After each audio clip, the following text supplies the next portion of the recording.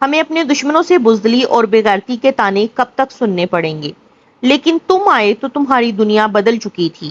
قبیلے کی عزت اور ناموس کا لحاظ تو درکنار، تمہاری نگاہ میں اپنے باپ کے خون کی بھی کوئی قیمت نہیں رہی۔ اب قبیلے کے لوگ مجھ پر ہنستے ہیں۔ کاش میں اس دن کے لیے زندہ نہ رہتا۔ لیکن مجھے تم سے کوئی گلہ نہیں، یہ سب عمیر یا عدی کے جادو کا اثر ہے، اور مجھے معلوم ہے کہ جب تک تم اپنی تلوار سے ان کا خون نہیں بہاتے، اس خطرناک جادو کا اثر زائل نہیں ہوگا۔ عاصم نے کہا، لیکن چچا جان، میں پھر وہی سوال کرتا ہوں کہ اگر مجھ پر کسی کے جادو کا اثر ہے تو قبیلہ خزرج کو کیا ہو گیا ہے؟ انہوں نے بھی تو 2.5 مہینے لڑائی کے لیے پہل کرنے کی جرت نہیں کی۔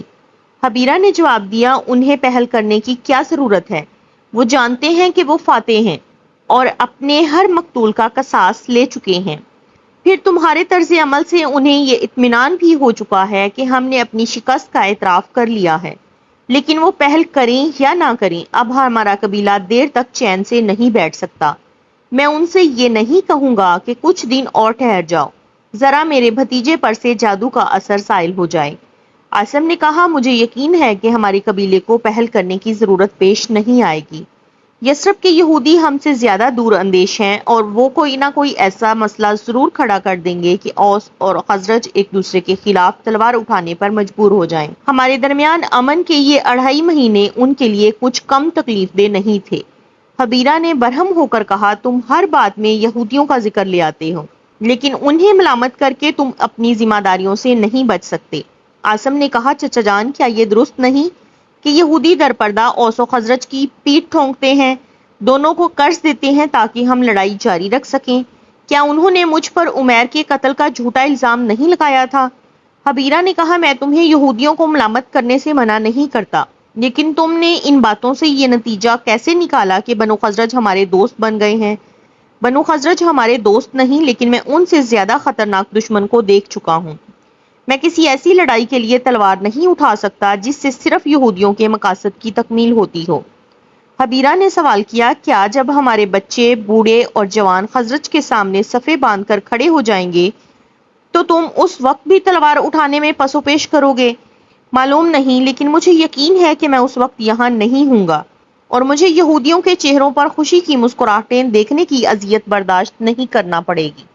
چچا، میں ایک بات پوچھنا چاہتا ہوں، کیا اوس اور خزرج 2 بھائی نہ تھے؟ کیا ہمارا اور ان کا خون ایک نہیں؟ حبیرہ نے غضبناک ہو کر اپنے ماتھے پر ہاتھ مارتے ہوئے کہا، تم پاگل ہو گئے ہو۔ کاش میں تمہارے جادو کا علاج کر سکتا۔ تم جہاں چاہو جا سکتے ہو، میں تمہارا راستہ نہیں روکوں گا۔ میں یہ سمجھوں گا کہ میرے بھائی کا بیٹا، جس کی غیرت اور حمیت پر میں فخر کر سکتا تھا، مر چکا ہے۔ حبیرہ کی بیوی کمرے سے باہر نکلی اور آگے بڑھ کر بولی، کیا ہوا؟ آپ لڑ کیوں رہے ہیں؟ کیا جادو کا اثر ان باتوں سے زائل ہو جائے گا؟ حبیرہ نے کوئی جواب نہ دیا اور اس کی بیوی سوات کے قریب بیٹھ گئی۔ قدر توقف کے بعد اس نے عاصم کی طرف متوجہ ہو کر پوچھا، سالم نہیں آیا؟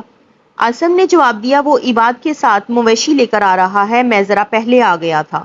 اچانک صحن سے باہر چند آدمیوں کی آوازیں سنائی دیں اور یہ سب پریشان ہو کر دروازے کی طرف دیکھنے لگے۔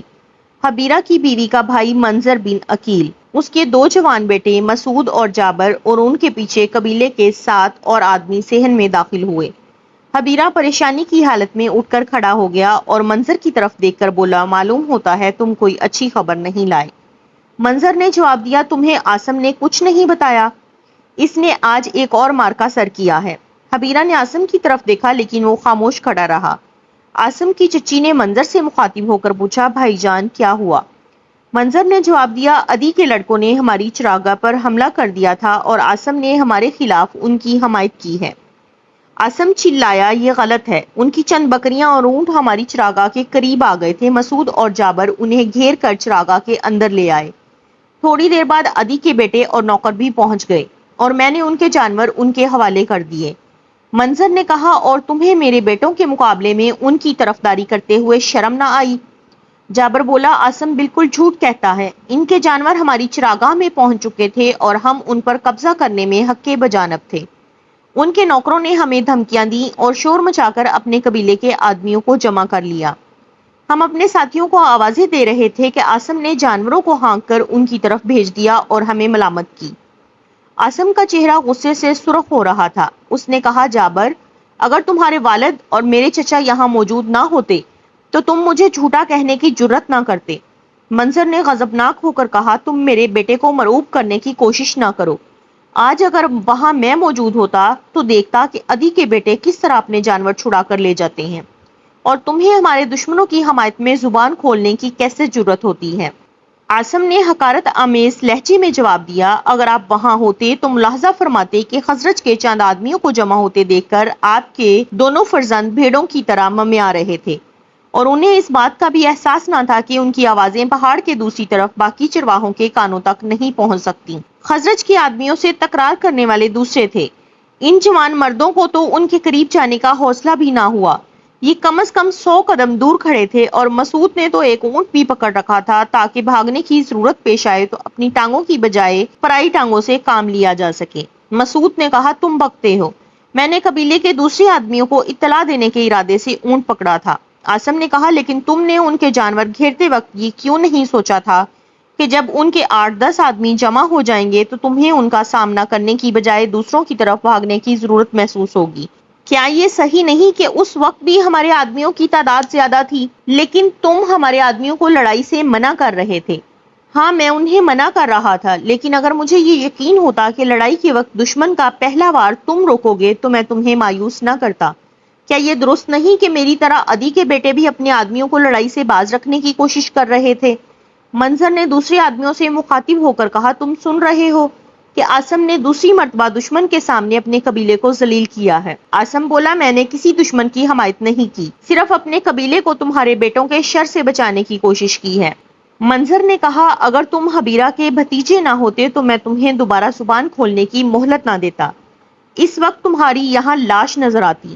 عاصم نے جواب دیا، اگر آپ کی تلوار بھی آپ کی زبان کی طرح تیز ہوتی تو مجھے واقعی ڈرنا چاہیے تھا، لیکن گزشتہ لڑائی میں آپ کے سارے جوہر کھل چکے ہیں۔ آپ دشمن کو للکارنے والوں میں سب سے آگے لیکن لڑائی کے وقت سب سے پیچھے تھے، اور یہ سب لوگ گواہ ہیں کہ میں سچ کہہ رہا ہوں۔ حبیرہ کی بیوی چلائی، عاصم شرم کرو، تم پاگل ہو گئے ہو، تم نے ہمیں کہیں کا نہیں چھوڑا۔ جابر غضبناک ہو کر آگے بڑھا اور اس نے عاصم کے منہ پر تھپڑ مارنے کی کوشش کی، لیکن عاصم نے جلدی سے اس کی کلائی پکڑ لی اور وہ اس کے ہاتھ کی آہنی گرفت میں بے بس ہو کر رہ گیا۔ چشمے زدن میں عاصم نے اس کی کلائی مروڑ کر پیٹھ سے لگا دی اور پھر زور سے دھکا دے کر اسے زمین پر گرا دیا۔ منظر اور مسعود غضبناک ہو کر آگے بڑھے، لیکن حبیرہ ان کے بیچ میں آ گیا اور چلایا، منظر، میری حالت پر رحم کرو، تمہیں معلوم ہے کہ عاصم کے حواس بجا نہیں، اس پر جادو کا اثر ہے، میں وعدہ کرتا ہوں کہ یہ اب میرے پاس نہیں رہے گا، میں شرمسار ہوں، مجھے معاف کر دو۔ منظر نے حقارت سے عاصم کی طرف دیکھا اور لمبے لمبے ڈگ بھرتا صحن سے باہر نکل گیا۔ اس کے بیٹے اس کے پیچھے پیچھے ہو لیے اور چند ثانیے بعد دوسرے لوگ بھی کچھ کہے بغیر وہاں سے چل دیے۔ سعاد، جو اب تک سکتے کے عالم میں یہ ماجرا دیکھ رہی تھی، روتی ہوئی ایک کمرے میں جا گھسی۔ حبیرہ کی بیوی اپنے شوہر کی طرف متوجہ ہو کر بولی، تمہارے بھتیجے نے میرے بھائی کی توہین کی ہے، اب یا تو اسے گھر سے نکال دو یا میں یہاں نہیں رہوں گی۔ حبیرہ کوئی جواب دینے کی بجائے نڈھال ہو کر چٹائی پر بیٹھ گیا۔ عاصم نے کہا، چچی، میں آپ کو پریشان نہیں کروں گا، میں خود ہی یہاں سے جانے کا فیصلہ کر چکا ہوں۔ وہ کچھ کہے بغیر اپنے شوہر کے قریب بیٹھ گئی۔ عاصم کچھ دیر تذبذب کی حالت میں کھڑا رہا اور پھر آہستہ آہستہ قدم اٹھاتا باہر کے دروازے کی طرف بڑھا۔ حبیرہ نے پیچھے سے آواز دی، عاصم ٹھہرو۔ وہ رکا اور مڑ کر پیچھے دیکھنے لگا۔ حبیرہ کی آنکھوں میں آنسو چھلک رہے تھے۔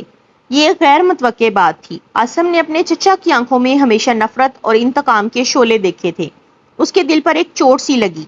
حبیرہ اٹھ کر آگے بڑھا اور عاصم کا بازو پکڑتے ہوئے بولا، سہیل کا بیٹا میرے گھر سے اس طرح نہیں جائے گا، اور یہ کہہ کر اسے کھینچتا ہوا کمرے کے اندر لے گیا۔ میں تمہیں جانے سے نہیں روکتا، میں جانتا ہوں کہ تم مجبور اور بے بس ہو۔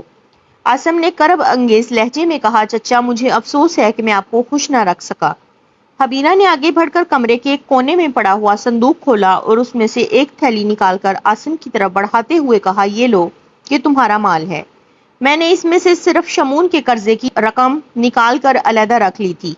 عاصم نے کہا، نہیں چچا، اب مجھے اس کی ضرورت نہیں، اب میں نے تجارت کا ارادہ بدل دیا ہے۔ حبیرہ نے تلخ ہو کر کہا، عاصم، یہ لے لو، مجھے اس سے زیادہ تکلیف دینے کی کوشش نہ کرو۔ عاصم نے بادل نخواستہ اس کے ہاتھ سے تھیلی لے لی، لیکن پھر قدرے توقف کے بعد کہا، چچا جان، ابھی میں یہی ہوں، یہ تھیلی آپ اپنے پاس رکھتے تو بہتر ہوتا، میں چند دن کسی دوست کے ہاں ٹھہروں گا اور جاتے وقت یہ لے جاؤں گا۔ نہیں نہیں، اب میں اسے ہاتھ نہیں لگاؤں گا، اور تمہیں کسی دوست کے ہاں ٹھہرنے کی ضرورت نہیں۔ اگر اب تمہیں میرے ساتھ چند دن قیام کرنا بھی گوارا نہیں تو میں کہیں چلا جاؤں گا۔ حبیرہ یہ کہہ کر کمرے سے باہر نکل گیا۔ سعاد ایک طرف دیوار سے ٹیک لگائے مغموم نگاہوں سے عاصم کی طرف دیکھ رہی تھی۔ وہ جلدی سے آگے بڑھی اور بولی، لائیے، میں آپ کی امانت رکھ لیتی ہوں۔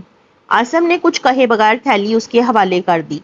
سعاد نے امڑتے ہوئے آنسوؤں کے ساتھ کہا، آپ کو نہیں جانا چاہیے۔ عاصم نے دونوں ہاتھ اس کے سر پر رکھتے ہوئے کہا، سعاد، اگر تم اس بات سے خوش ہو سکتی ہو تو میں چند دن اور تمہاری ماں کے طعنے برداشت کر لوں گا، لیکن آپ کو چند دن بعد بھی یہاں سے نہیں جانا چاہیے۔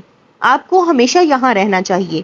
میں وعدہ کرتی ہوں کہ امی آپ کو کچھ نہیں کہیں گی، اور میں کبھی وہ گیت نہیں گاؤں گی۔ آپ کو یاد ہے جب میں چھوٹی تھی اور آپ کو کبھی غصہ آ جاتا تھا تو آپ مجھے پیٹا کرتے تھے؟ آپ بھی پیٹ لیجئے مجھے، میں اتنی بڑی تو نہیں ہو گئی۔ عاصم نے سعاد کو چمٹا لیا اور پیار سے اس کے سر پر ہاتھ پھیرنے لگا۔ سعاد سسکیاں لیتے ہوئے کہہ رہی تھی، جب آپ گھر میں ہوتے ہیں تو مجھے رات کے وقت بھی کسی چیز سے خوف نہیں آتا، اور یہ اطمینان ہوتا ہے کہ جب ڈر لگے گا تو میں آپ کو آواز دے کر جگا لوں گی، پھر ڈاکو، چور، جن اور بھوت سب بھاگ جائیں گے۔ لیکن جب آپ یہاں نہیں ہوتے تو میں ہر چیز سے ڈرا کروں گی۔ لیکن تمہارے پاس سالم ہوگا، تمہارے ابا جان ہوں گے۔ نہیں نہیں، مجھے آپ سب کی ضرورت ہے۔ عاصم نے کہا، سعاد، میں تم سے صرف یہ وعدہ کر سکتا ہوں کہ تمہیں دیکھنے کسی نہ کسی دن ضرور آؤں گا، لیکن اب ہمارے خاندان کی بہتری اسی میں ہے کہ میں یہاں سے چلا جاؤں۔ تمہیں پریشان نہیں ہونا چاہیے، ہو سکتا ہے کہ میں بہت جلد واپس آ جاؤں۔ کیا میں پچھلی مرتبہ تمہاری توقع سے پہلے واپس نہیں آ گیا تھا؟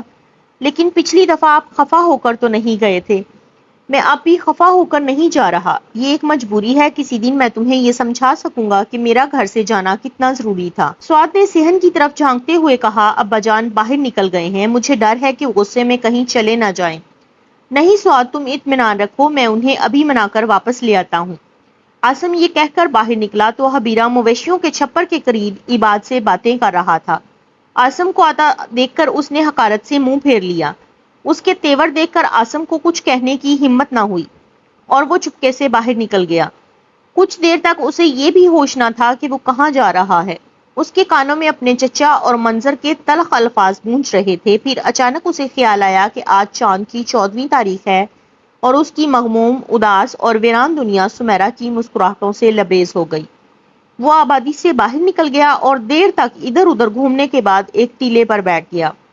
سورج نے اپنی ایک دن کی مسافت طے کر کے شام کے دوڑتے ہوئے سائے زمین کی وسعتوں میں گم ہو کر رہ گئے، اور دھوئیں کی باریک لکیریں جو وادی میں پھیلے ہوئے مکانوں سے آسمان کی طرف اٹھ رہی تھیں، شام کے دھندلکے میں جذب ہونے لگیں۔ پھر یثرب کے نخلستانوں اور پہاڑوں پر مشرق سے ابھرتے ہوئے چاند کی دلکش روشنی پھیلنے لگی۔ عاصم کو آدھی رات کا انتظار تھا۔ وہ بے چینی کی حالت میں اٹھتا اور کچھ دیر ادھر ادھر گھومنے کے بعد پھر کسی پتھر پر بیٹھ جاتا۔ بالآخر وہ ادی کے باغ کی طرف چل دیا۔